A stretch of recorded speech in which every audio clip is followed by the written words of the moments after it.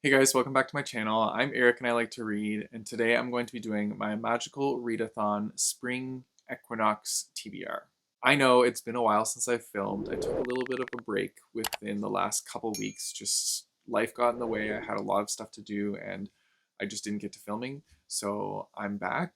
I know it wasn't like I was gone forever. I was only gone for a couple weeks, but I'm excited to be back and excited to share what I'm going to read for this upcoming readathon because I'm always super excited to do the magical readathon every year.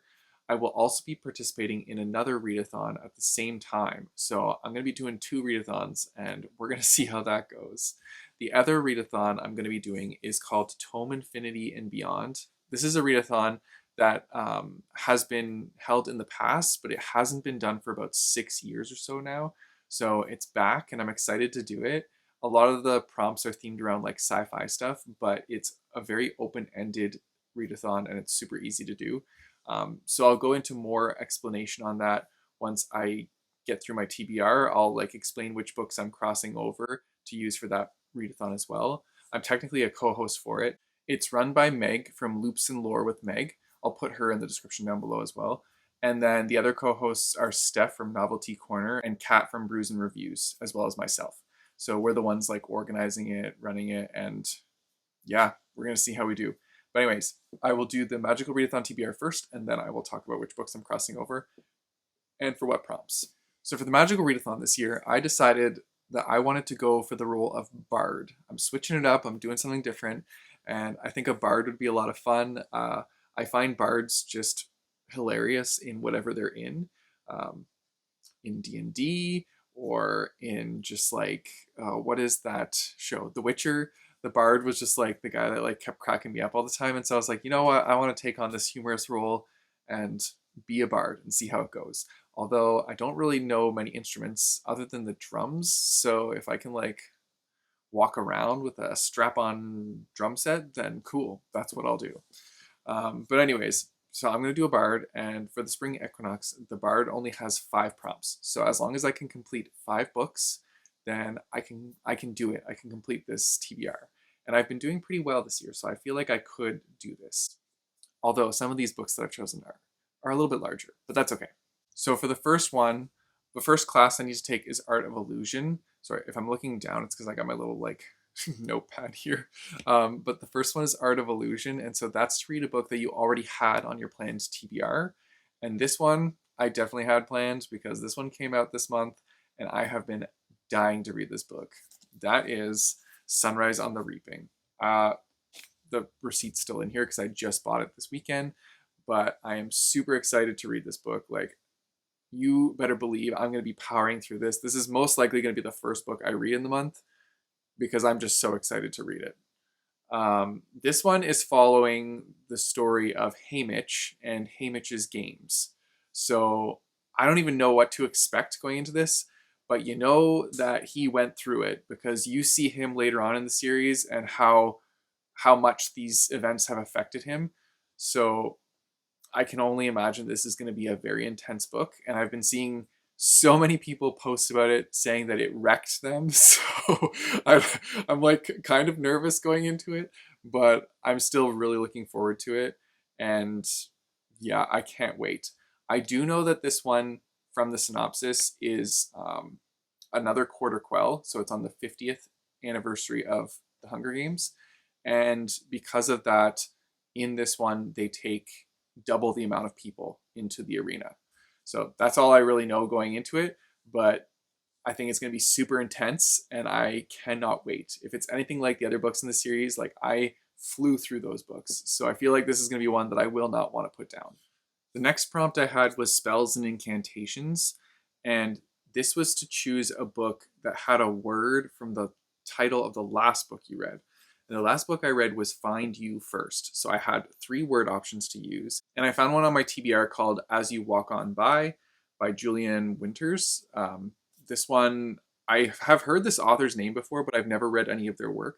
So I'm excited to see where it goes. From the synopsis of the book, I've gathered that a lot of the book takes place at this party. So this one main character has been like trying to really like get into their magnet school. They're trying to get there on an athletic scholarship, but all they can think about is their prom and how they're excited about their prom. And so they want to ask somebody to prom and decide to do it at this party. But I guess this like promposal goes wrong. And so they are trying to kind of salvage what they still have. And it's like during this duration of this party.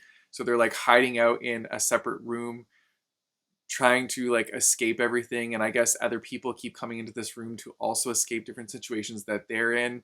And so it's a lot of interaction of all these people within the same room. I don't know.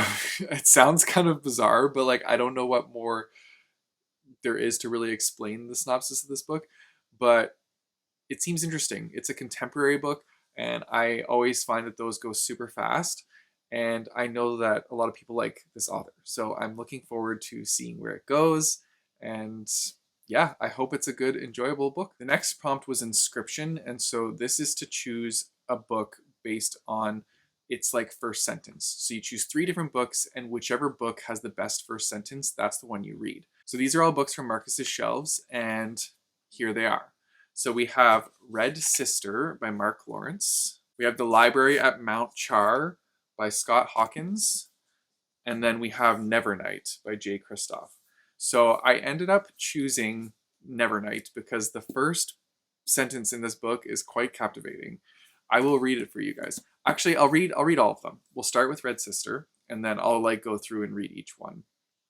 So this one, like these were all great choices. It was really hard to choose. This one's first sentence is, "It is important when killing a nun to ensure that you bring an army of sufficient size." I mean, that's pretty good. That's a pretty good first sentence. And then Library of Mount Char was also good.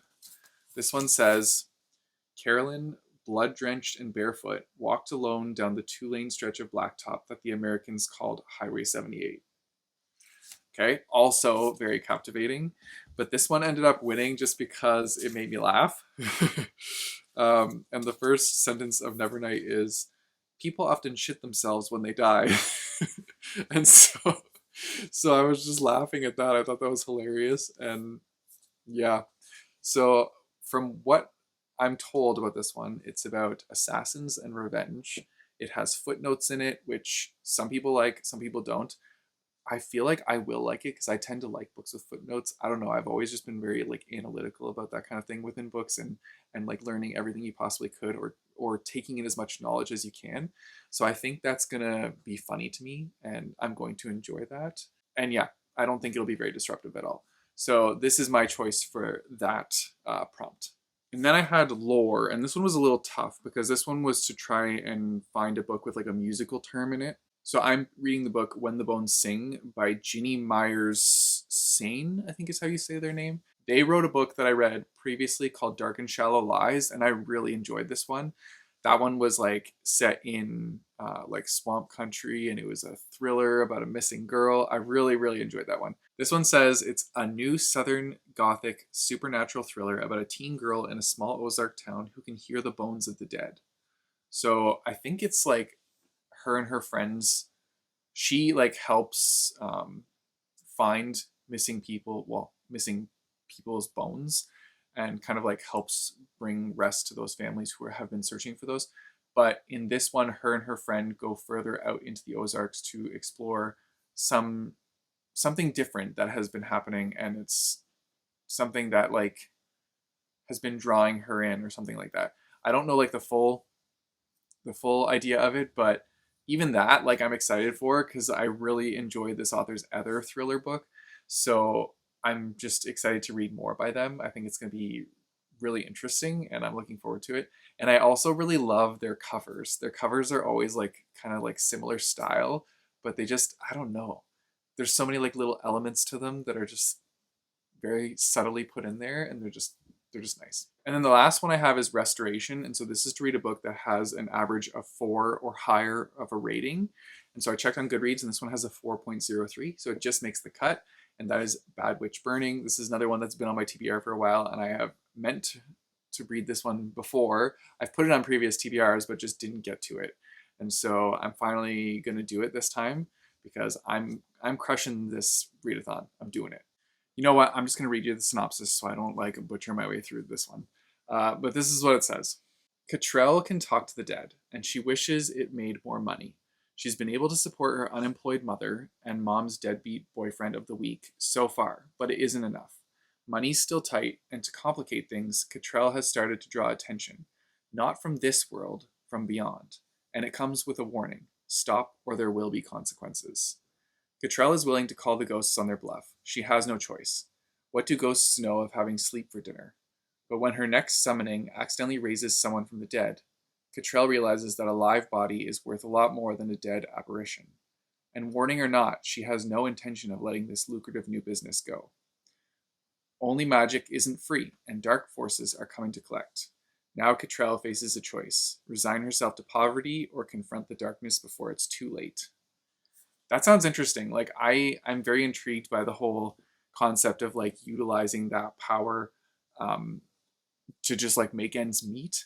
I think that's an interesting like take on the supernatural forces and like using it as a source of like lucrative income.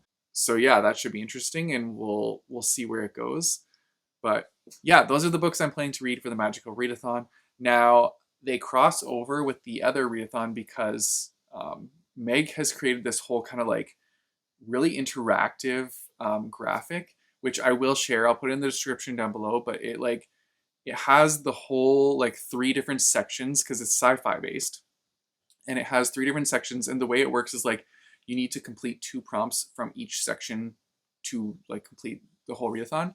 So realistically, you could do the whole readathon in 6 prompts, but each section has 6 different prompts itself. So if you really want to be a go-getter, there's like 18 total prompts to do, which makes it super exciting, but it's also like super nonchalant. So you don't have to like feel pressured to do all that stuff. It's kind of like at your own pace kind of thing. In each section, you can double up on prompts.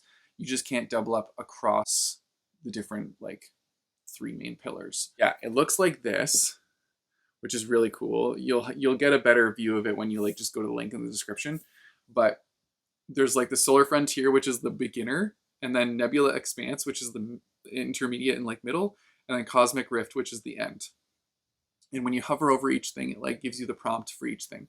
So I'm going to be using some of my books to cross over. One of them is I'm going to be doing the Solar Flare prompt and using Bad Witch Burning, because it's to read a book with a bright and or warm colored cover, so red, orange, yellow, which is very prominent on Bad Witch Burning, so that works perfectly for that. And then I'm also going to be doing Meteor Shower Detour, which is read a book by an author you've never read before, because I'm going to be reading Julian Winter's book, and it's a new author to me, so I'm excited about that. So I'm definitely getting the first 2 for the initial one, and then I'm going to kind of explore the other prompts to see what kind of fits for me and make it work for the rest of it. I'm really excited to participate in both these readathons. I think it's going to be a lot of fun, and I'm really looking forward to this TBR because there's a lot of like good sounding books on this TBR. It's getting me super excited for the month of April. Anyways, let me know in the comments down below if you guys are going to participate in the Magical Readathon, or if you're going to participate in the Tome Infinity and Beyond Readathon. Like, let me know. I'm just excited to see other people participating and see what you're going to be reading. If you guys want to support me, I have a Patreon and a Ko-fi page, which I'll put in the description down below, as well as links by my bookmarks. You guys know the drill. Don't forget to like and subscribe. Hit that bell notification button so you get notified when I post new videos. I post my videos on Tuesdays and Thursdays. Until next time, keep on reading.